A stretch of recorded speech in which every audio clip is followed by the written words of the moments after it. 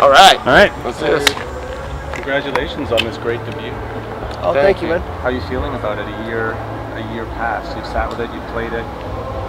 Yeah, listen, I'm definitely proud of what we did. You know what I mean, of the record. You know, and it's time to really figure out, I guess, what's going to be next. You know. Okay. Yeah. Can you talk about the early days of the inception of Saint Asonia? My understanding is that you reached out to Adam and things kind of got. I did. I had some. I was in Toronto, and always a big fan of what Adam did, and just kind of reached out and said, "Hey, you going to be around? Do you want to hang out for a little bit and just hear some music?" And that's really kind of how it started. You know what I mean? That was really the inception of it, and it went really well. We got along really well, which I knew. We had known each other from before. True. Yeah. You know, so a little time passed, and we started sending some stuff back and forth, and ended up making a demo, and that's really kind of what led to this, getting a record deal. How many tracks are on the demo? Three. We started with three.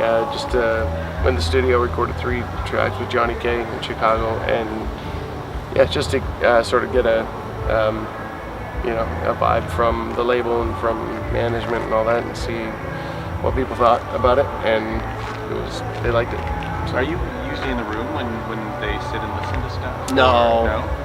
I mean, we did the demo and sent it off to whoever, and then just wait and hear back, see what people think. All right. Yeah. Cool. Yeah. What drove you to work with Johnny K? Well, Mike's kind of me. Yeah, I think. Yeah. I mean, it was somebody that I had done some work with previously, and worked well with him, and he was available. It was easy to get to, and it just it was cool too. For me, working with somebody new, a different approach, it was definitely something that I needed to do. So that was fun. So would you put music together? You'd hear it, lyrics would go on top of it. Is that how the album? Pretty much. I mean, you jam it. Yeah, there's some changes and stuff here and there, but yeah. Yeah. I mean, Mike had a lot of music. I had some songs I'd written in the past. Songs, and it was really kind of what we just kind of came together and pick and choose from that what we liked. Yeah, cool.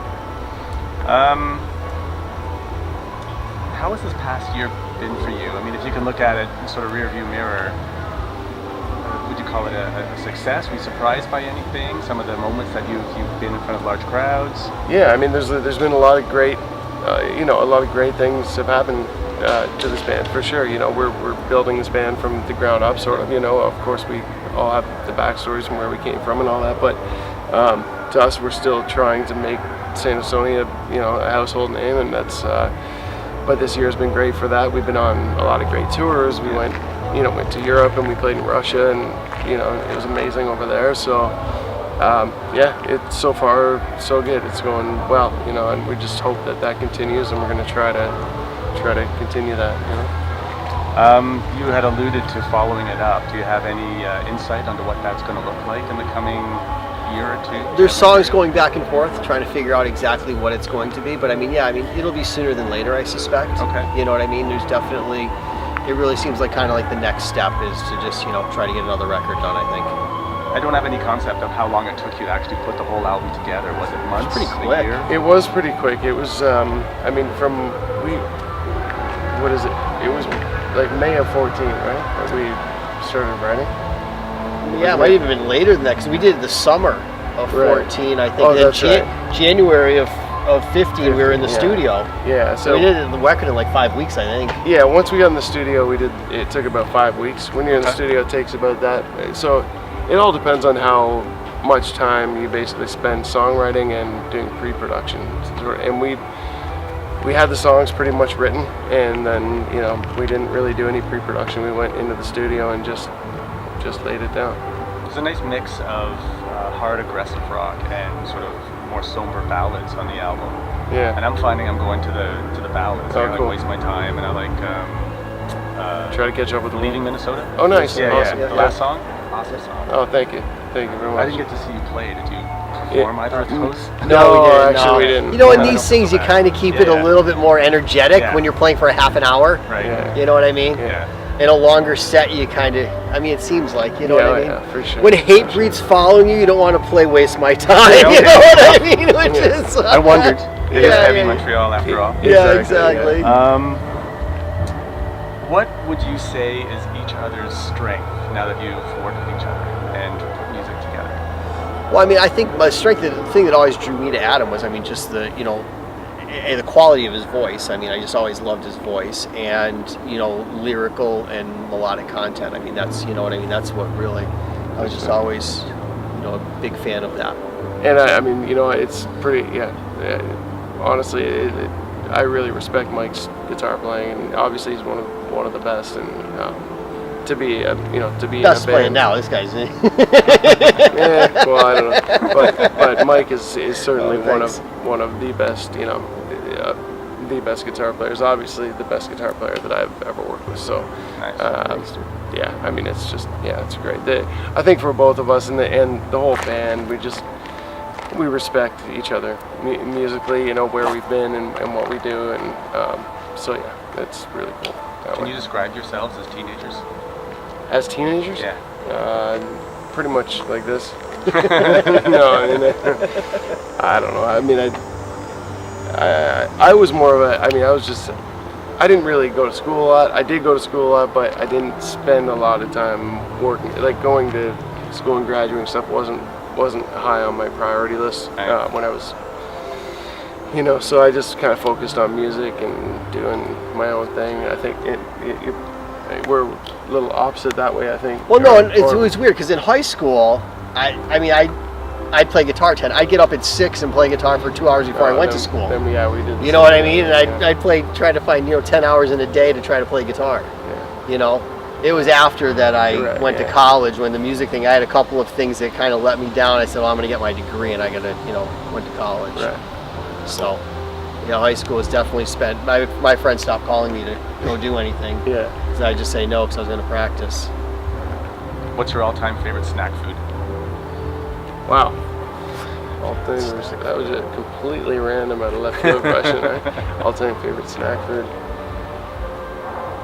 Well, I think I gotta say pizza. You know what I mean? As I don't know, cliche as that is, I mean, it's just great. I love pizza. I want some now. I keep thinking, I mean, honestly, it's weird. I mean, for me, like, my favorite thing, tacos. I was just are good. gonna say tacos. Tacos are great. But that's not. I mean, to me, like, it's not like, because I'm Greek actually. So, like, for me, like, you know, whether it's feta and Kalamata olives and pita bread and that stuff, I love. Yeah, pizza's not really a snack either, but it can be. It can be anything. That's the cool thing about pizza. I always have olives and feta in the house. Yeah. Name a musical artist that you buy everything from. Buy everything from.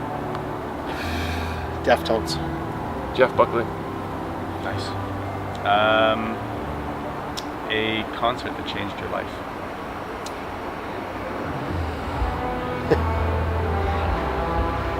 You know, honestly, David Lee Roth back in the day when Steve Vai played with him, I thought was great. I'm obviously dating myself as a lot, but it was great. Yeah. I don't know. For me, I think probably like the first concert I went to. It was at the Forum at Ontario Place in Toronto. The Guess Who. Okay. I think. Yep. Name something that being in this band together has taught you.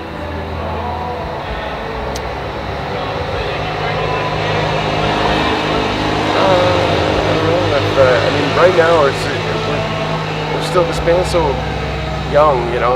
We're still kind of living and learning as a band, I guess.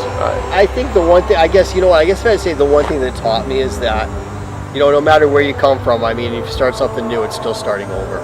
Yeah. Yeah. You know what I mean? Yeah, that's it. It definitely kind of taught me that a little bit, you know. And can you name a time in your life where you were starstruck? Starstruck? Starstruck. Well, if I ever met Tom Brady, I'd be starstruck. But other than that, I don't know. There's not many people that I really care about. I don't He's know. dreamy too, by the way. I was. He is dreamy. I was starstruck by. I was like 7 years old by Meatloaf. Okay. So there you go. Well, yeah, mine were more sports guys. I think. Yeah. You know what I mean? Yeah. Big Pop. I met Big Poppy or whatever. You know what I mean? For sure. It was, you know. Actually, I'm definitely the same way. I mean, the Jimmy Page thing was. I met Jimmy Page once. I mean, that was probably. That's epic. Yeah. Yeah. Actually, you know what? Def Leppard handed us a Billboard award at the Billboard Awards. Oh, that's cool. We won Rock Song of the Year for Animal I Become, and Def Leppard presented us with that award. So that might have, epic. that was kind of cool experience. Yeah. And lastly, your favorite thing about Heavy Montreal? Heavy Montreal. Yeah. Montreal. That's your Montreal. favorite thing? Yep, That's good. absolutely. The half of 40 minutes we're on stage. Right on, man. Yeah. Thanks so much.